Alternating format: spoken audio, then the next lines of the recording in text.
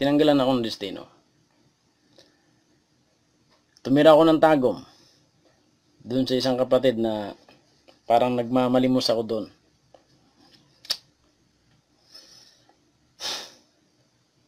Yan ang pinakamasaklap na nangyari sa akin doon sa Mindanao. Nakikitira.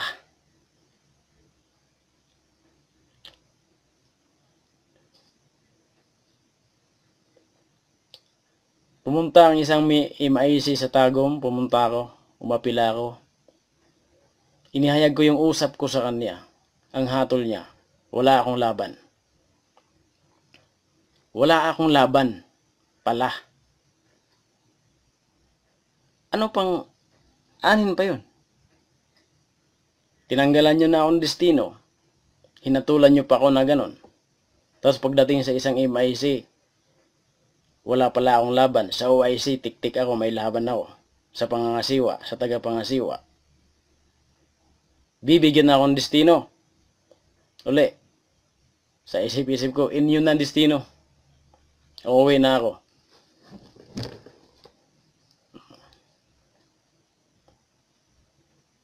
Hatol kasi kayo ng hatol eh. O di ngayon, nakita nyo na. Dahil doon, siguro pangyayari din. Umuwi ako sa amin, Masbate. 2 taon ako doon nagmukmuk. May iyak ng lihim sa nangyari sa akin sa Mindanao.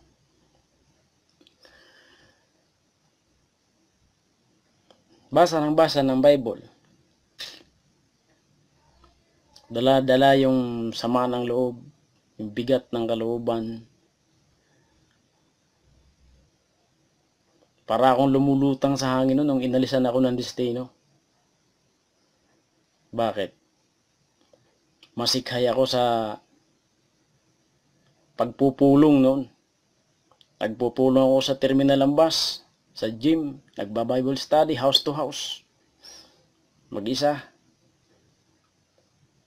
Itanong nyo sa mga kapatid dyan sa Davao sa Santo Tomas, Davao del Norte. Kung paano ako magpulong dyan sa Tagum. Tanong nyo. Kung gaano ako kasikhay magpulong. Hanggang sa diniscourage ng OIC na wag na kayong magpulong. Dahil papatayin lang daw kayo. Tama ba yun? Samantalang ang inyong pang-anyaya para ang isang kapatid ay magmamanggagawa ay para kasangkapanin sa pagsasalita ng salita ng Diyos. Yung inyong tagapangasiwang pangkalahatan nananawagan para magpulong. Tapos ito si OIC dinidiscourage ang pagpupulong dahil baka daw papatayin kayo. Tama ba yun? Takot kang mamatay kaya ayaw mo pulong. Gusto mo mangulikta na lang ng pera ang mga manggagawa. Dahil papugi ka pagka nahihit mo ang target ng Mindanao, ng buong Mindanao. Pugi ka sa tagapangasiwa. Yan.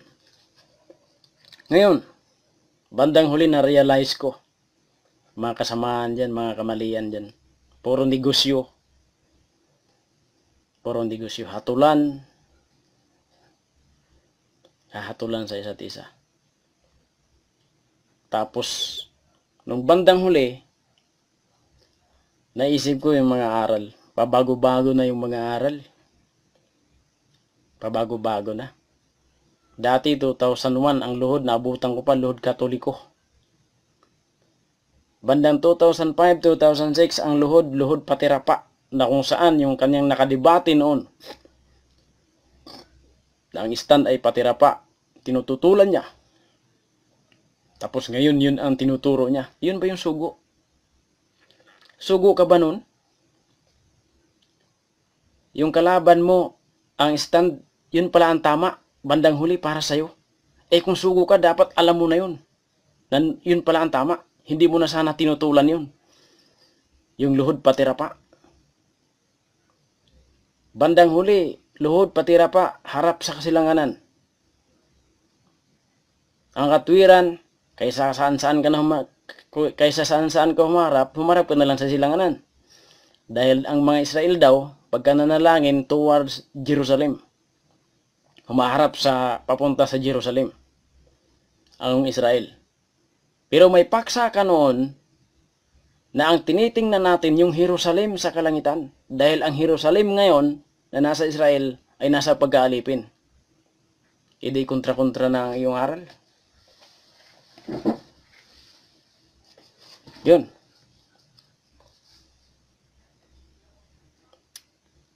Maliban dun sa mga pangyayari dun sa Mindanao, na naging matabang na ako dyan,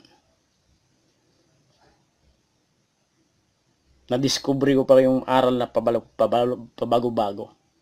Bawal ng Bible yun. Pabago-bago ka ng aral. Pakinggan yung sabi ni San Pablo. Sa Galacia 1:8, ganito ang sabi ng sulat ni San Pablo. Datapwat kahimat kami, o isang anghel na mula sa langit, ang mangaral sa inyo ng anumang ibanghilyo na iba sa aming ipinangaral sa inyo ay matakwil.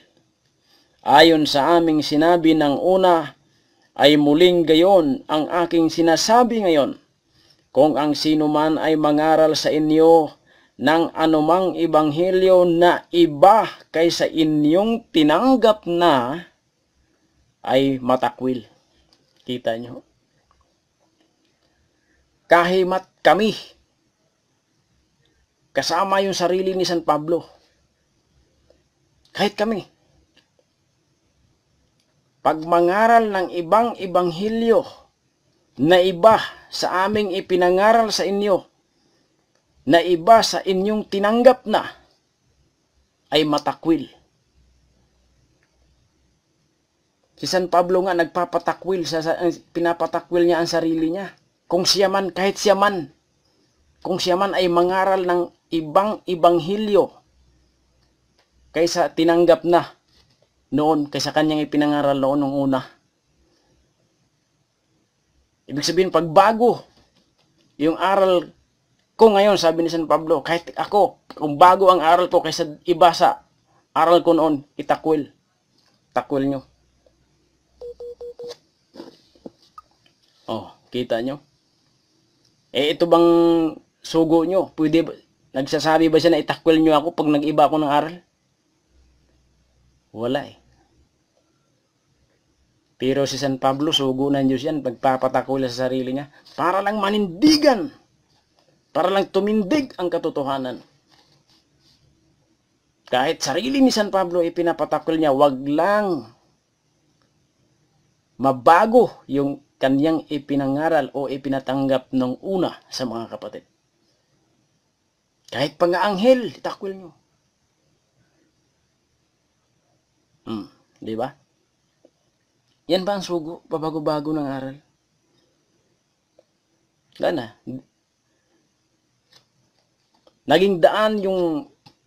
Siguro naging daan yung pangyayari sa Mindanao para mahalata ko itong nagpapakilalang sugo na hindi pala sugo. Oh. Isa sa talata niyang paboritong ginagamit, Juan 3:34, para patunayan na siya ay sugo ng Diyos. At karapatan din daw niya yon na magpakilalang sugo. Juan 3:34, anong nakalagay doon?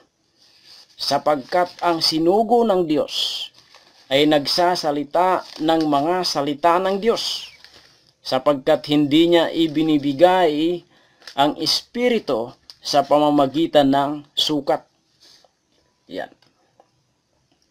Ang sinugo daw ng Diyos, o ang sinugo ng Diyos, sabi ng Bible, ang palatandaan ay nagsasalita siya ng salita ng Diyos. Kaya pag may nagtanong sa kanya, ikaw ba brother, sinugo ka ba ng Diyos? Babasahin niya to, Juan 3:34. Ano po ang sabi ng Biblia?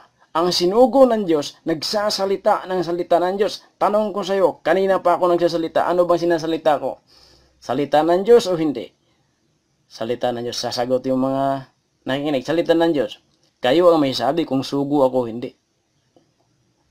Dahil ang sabi ng Biblia, ang nagsasalita ng salita ng Diyos ay ang sugo ng Diyos, ay sinugo ng Diyos. Ibig mo bang sabihin, pagka nagsasalita ka ng salita ng Diyos, sugo na? Halimbawa ako ngayon, nagsasalita ako ng salita ng Diyos. Ibig bang sabihin, sugo na ako ng Diyos nun? Ha? Yun ba ang gusto mong ipalabas? Ipinapakilala mo ang sarili mo na sugo ka ng Diyos dahil sa nagsasalita ka ng salita ng Diyos. Ibig mo bang sabihin, lahat ng nagsasalita ng salita ng Diyos, sugo na ng Diyos? Paano yung mga langaw sa Ehipto? Hindi marunong magsalita, pero sinugo ng Diyos. Merong sinugo ng Diyos, hindi nagsasalita. At merong nagsasalita ng salita ng Diyos, pero hindi sinugo ng Diyos. Sino yon? Yung mga manggagawa ng katampalasanan. Hindi ang nagsasabi sa akin sa araw na yon, Panginoon, Panginoon, ay siyang makakapasok. Basahin nga natin sa Mateo 7:21. Hindi ang bawat nagsasabi sa akin, Panginoon, Panginoon, ay papasok sa kaharian ng langit, kundi ang gumaganap ng kalooban ng aking Ama na nasa langit. Marami ang magsasabi sa akin sa araw na iyon, Panginoon, Panginoon, hindi ba nagsisipanghula kami sa iyong pangalan? Hindi ba nag-ngaral kami, Panginoon, sa pangalan mo? Nanghula kami? At sa pangalan mo'y nangagpalayas kami ng mga demonyo, at sa pangalan mo'y nagsigawa kami ng maraming gawang makapangyarihan. At kung magkagayoy ipahahayag ko sa kanila, kailan may hindi ko kayo nakikilala, magsilayo kayo sa akin, kayong manggagawa ng katampalasanan. Itong mga manggagawa ng katampalasanan, nangangaral to o hindi? Nagsasalita to ng salita ng Diyos o hindi? Sugo ba ito? Sino mga sinugo ba ito ng Diyos? Hindi. Nasabi ni Kristo, magsilayo kayo sa akin, kayong mga manggagawa ng katampalasanan, hindi ko kayo nakikilala. Nagsasalita ba ito ng aral ng Diyos? Nagsasalita. Nanghula kami, Panginoon, sa pangalan mo. Nagpalabas kami, Panginoon, sa pangalan mo, ng mga demonyo. Nangangaral to eh. Nanghuhula sa pangalan ni Kristo. Gamit ang salita ng Diyos. O ito, sinugo ba ito ng Diyos? Hindi. So, hindi ibig sabihin, porkit nagsasalita ka ng salita ng Diyos, sugo ka na ng Diyos. Amen? Kasi mayroon, nagsasalita, hindi naman sugo ng Diyos eh. Ang tanong, alamin natin, sino ba yung tinutukoy ni Juan Bautista sa 3:34 ng Juan na sugo ng Diyos? Hindi ikaw yun. Tiyak na tiyak, hindi ikaw yun. Sino ba yun? Ay, taas nyo lang ang basa, makikita nyo kung sino yun eh. Tinutukoy ni Juan Bautista eh. Ano bang palatandaan ng sinugo ng Diyos? Yung sinugo ng Diyos, nagsasalita ng salita ng Diyos. Hindi sinasalita yung sarili niyang salita. Pakinggan nyo. Itaas nyo lang eh. Juan 3:34. Itaas nyo lang sa 30. Makikita nyo yan eh. Kung sinong tinutukoy dun eh. Ito. Siya ay kinakailangang dumakila, ngunit ako'y kinakailangang bumaba. Ang nanggaling sa itaas ay sumasa ibabaw ng lahat. Ang galing sa lupa ay tagalupa nga. At ang ukol sa lupa ang sinasalita niya. Ang nanggaling sa langit ay sumasa ibabaw ng lahat. At kanyang nakita at narinig. At siyang pinatutuhanan niya. At walang taong tumatanggap ng kanyang patutuo. Ang tumatanggap ng kanyang patutuo ay naglagay dito ng kanyang tatak na ang Diyos ay totoo. Sapagkat ang sinugo ng Diyos ay nagsasalita ng mga salita ng Diyos, sapagkat hindi niya ibinibigay ang Espiritu sa pamamagitan ng sukat. Sinisinta ng Ama ang anak at inilagay sa kanyang kamay ang lahat ng mga bagay. Sino yon? Yung anak. Si Kristo.